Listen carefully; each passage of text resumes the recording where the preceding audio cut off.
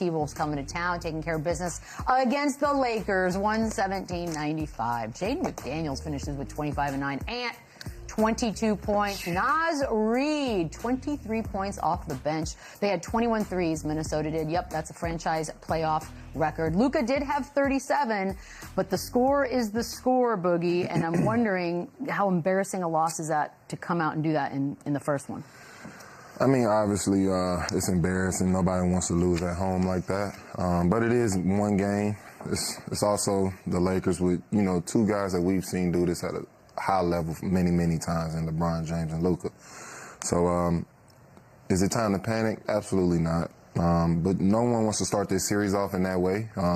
Obviously, you want to set the tone early, jump out early on teams. But I don't think this is a moment of panic. I think we'll see a better showing from the Lakers. I definitely think we'll see a better showing from LeBron James. And, you know, as far as Luka, was Nico wrong? Was Nico wrong? Well, we yes, because he's in Cancun right now. Nobody goes. I mean, we did pick this series to go 7 games, though. We picked this one to go 7 anyway. But Luka has 37 and 1 assist, and they just lost by 30 to the Grizzlies. How good is their defense now? The Mavs. I mean, yeah. How dare you? I mean, it's basketball. I think the Timberwolves were a more physical team. They had 6 different guys that at least make 1 3-pointer. You got 23 points off the bench in Naz Reid. Jaden McDaniels did his thing. He was a presence on both sides of the ball. They got 25 points out of him. Like, they played the game that we thought they were capable of playing. They went in there and won. And I love the messaging coming out of Minnesota all week. They knew they were the underdogs. They owned it. They repped it. They wore it like they were proud to be the underdogs. And they came in L.A. and they represented, and they did just that. They were the more physical team. They played faster. They played harder. On every missed shot that the Lakers missed, they ran every single time. Mm-hmm. They weren't scared of these guys. And we know that L.A. can play a lethargic game sometimes. They like to walk the ball up the court, get into their sets. They'll take their chances in the transition as much as they can. But Minnesota just trumped them and had a better game plan in game 1. I'm sure these guys they'll retool and come back and make their adjustments. But you got to give credit to Minnesota when it's due. And this is exactly why I hated this matchup for the Lakers, because the Lakers are really good small ball. They're really good when they put LeBron James at the 5. The Timberwolves are better with their small ball lineup. They put Naz Reid at the 5. They put McDaniels at the 4. They offset everything the Lakers do great when they take Rudy Gobert out and they go small. So what they do best is also what the Timberwolves do best.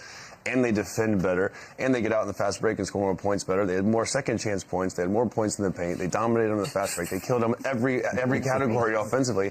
And they can slow them down, defend, and switch everything and be physical with them. So I hated this matchup from the jump from them, but they do have to be better defensively. I think they shot 51% from the field and 50 from 3. You're gonna win. You're gonna win most games when you shoot that high of a clip. They play with purpose. Yeah. They just play with purpose. They knew that their backs were against the wall. They knew they were the underdogs.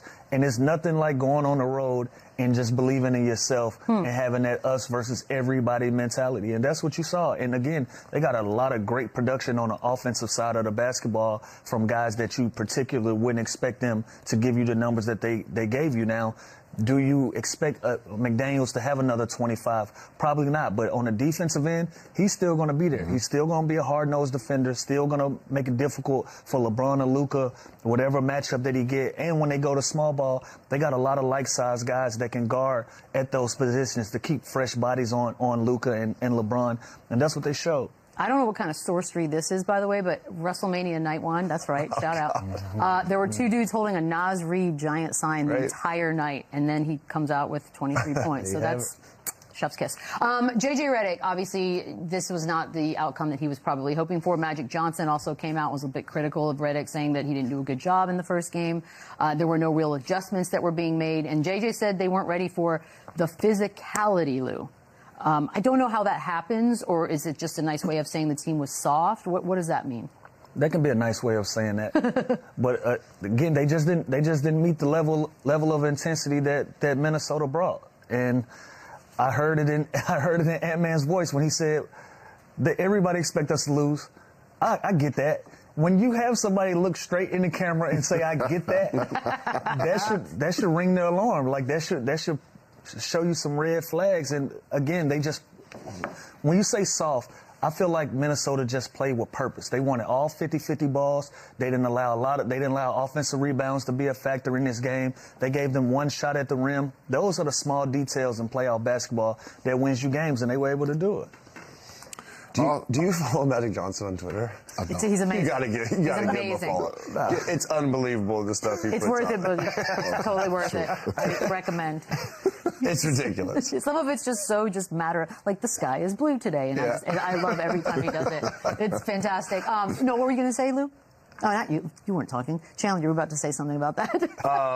No, again, I just think this is a matchup nightmare for them. I think what they do best is it's kind of offsets them. And we talked about Julius Randle having a big series, but then Jaden McDaniels steps up, and then Naz Reid goes bananas. And again, Julius Randle also had 7 turnovers. They can be better, too, which is scary for the Timberwolves. So the Lakers are going to clean things up, just like these other series. They lost home court. They go win game 2. It's all square. It's all back. So there's no reason to panic now, but this is definitely eye-opening. I just don't know as a team how you're not expecting their physicality. Like, you planned for this, you played them all year long. This is who they are, so that to me doesn't add up. That doesn't make sense. I think it also shines a light on what the Lakers have been missing since this trade has went down, which is bigs. Obviously, the Minnesota Timberwolves have plenty of bigs that they can, continue to go throughout the game. And with the Lakers, that's something they really lack. And also with lacking bigs, they lack experience with the bigs they do have.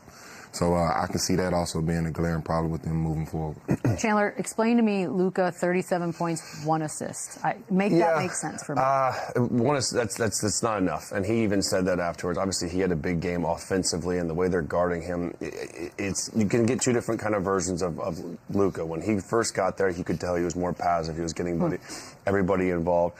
He can go and get 40 every single night, but I think the best version of him is to get everybody involved, make sure Austin Reeves is getting his touches, find Rui when he's open in the corner, so he does have to do a better job of this. But I don't mind this version of him. They need him. You don't want to rely on a 40-year-old LeBron James to go get 30. Luka has to be aggressive. Yeah, he's got to get everybody involved and make sure everyone's touching it and the ball is moving on offense.